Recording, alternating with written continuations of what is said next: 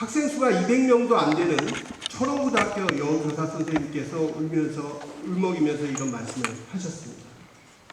재작년에는 수학교사, 지난해에는 생명과학과 일본어 교사가 정 감축되어서 내년부터는 생명과학 과목을 전혀 개설할 수 없습니다.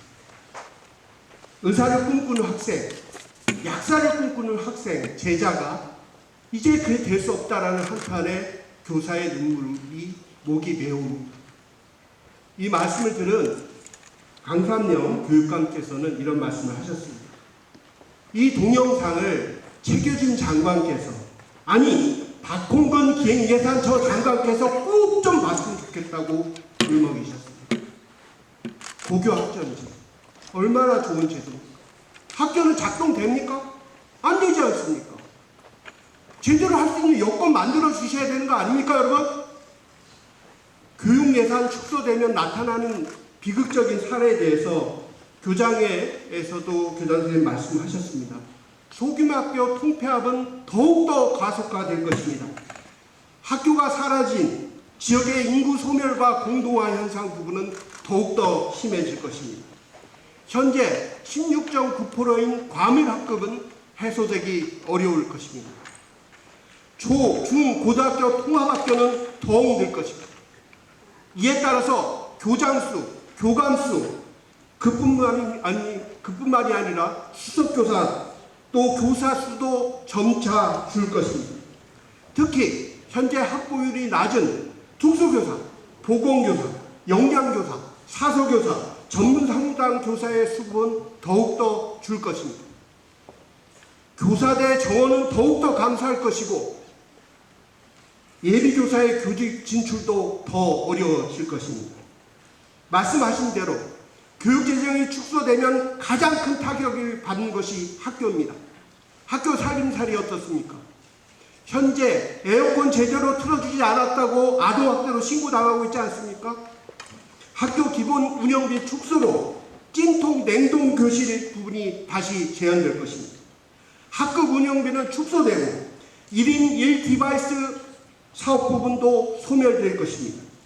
결국 학생, 학부모, 교직원 모두가 쾌적하고 안전하고 행복한 교육 환경 부분은 후퇴할 것입니다. 교권에 관련된 부분도 걱정입니다. 교육부가 약속했습니다. 이재명 정부가 시군구 교육청별로 교권보호센터 설립을 운영하겠다. 특히 1년에 88억 2,300만 원에 불과한 전국 교권보호 공제비 소송비 지원도 확대하기 어려울 것입니다. 교원 대상 보고성 아동학대 신고 중 90.4%인 898건이 혐의 없음으로 종결되었습니다. 그러나 경찰, 검찰 단계의 지원은 고작 건당 330만 원에 불과합니다. 무고성, 무분별한 아동학대로 피눈물이 나는데 정작 교사 본인이 추가 부담을 하는 현실도 개선되기 어려울 것입니다. 현재 26년째 교직수당은 동결되어 있습니다. 민간 대비 83%인 보수 수준 현실에서 예산 부족은 결국 교직원 인건비 처우 개선에 큰 타격을 주고 재정 자립도가 낮은 시도는 더욱더 이러한 현실이 개선되기 어려울 것입니다. 나아가 교직사회는 이런 부분에 머물지 않고 지역 간 교직원 보수 격차 발생, 또 지방 직화까지 되는 것이 아니냐 하는 우려가 있습니다. 교직사회가 이번 개편안에 관련해서 섭섭해하고 충격을 받은 크게 두 가지 사안이 있습니다. 첫째, 국가 책임 교육 강화와 교육계의 사다리를 더욱 공평하고 단단하게 세울 것을 이재명 정부에서는 약속했습니다. 그러한 이재명 정부가 가장 큰 축이 되는 교육재정 축소를 하고 나섰다는 부분은 너무나 안타깝습니다. 둘째, 과거의 시각에서 현재의 교실과 미래의 학교를 본다는 것입니다. 기획예산처 장관님은 2013년도 국회 교문위원님을 하셨습니다. 학교와 책임은 늘고 교육 예산은 줄이시겠다고 합니다. 김예선처 장관님께서는 예산 재정 축소 이전에 지역구 학교부터 살펴봐 주십시오. 학생 수는 감소하지만 오히려 학교가 수행해야 될 기능은 확대됐습니다. 늘봄, 복지, 돌봄, 안전, 디지털 교육과 학생 맞춤형 지원까지 확대된 상황입니다. 학교가 준경찰서에 종합행정복지센터까지 된 지가 올해입니다. 장관님의 학창 시절과 지금의 학교가 얼마나 다른지 확인해 주십시오.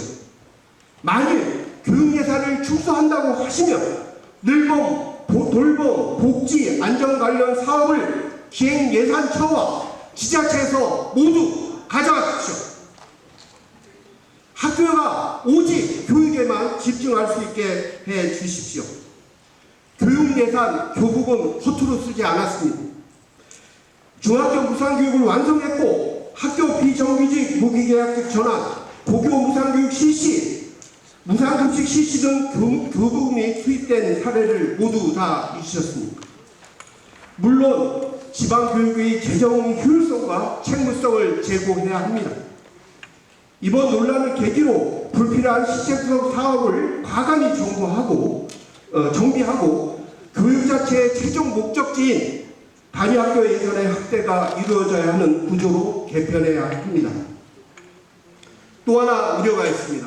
지금 현재 국가교육위원회에서 추진 중인 2033년도 논서술형 대입 개편을 추진하고 있습니다.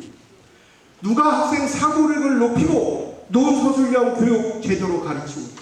결국 학교와 교사와 우리 선생님들이 할 일 아니겠습니까? 이런 상황에서 교육재정 축소는 교육 경시와 교육 포기 선언입니다. 교육의 현재와 미래를 빼앗지 마십시오.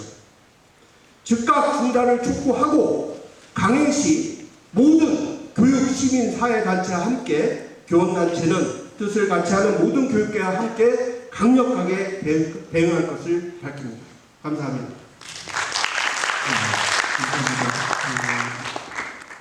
교부금 개편, 실질적인 예산 삭감이 가져올 수 있는 문제가 발생할 수 있는 지점 아주 소상하게 구체적으로 말씀해 주셨습니다. 다음은 여기에 평등교육 실현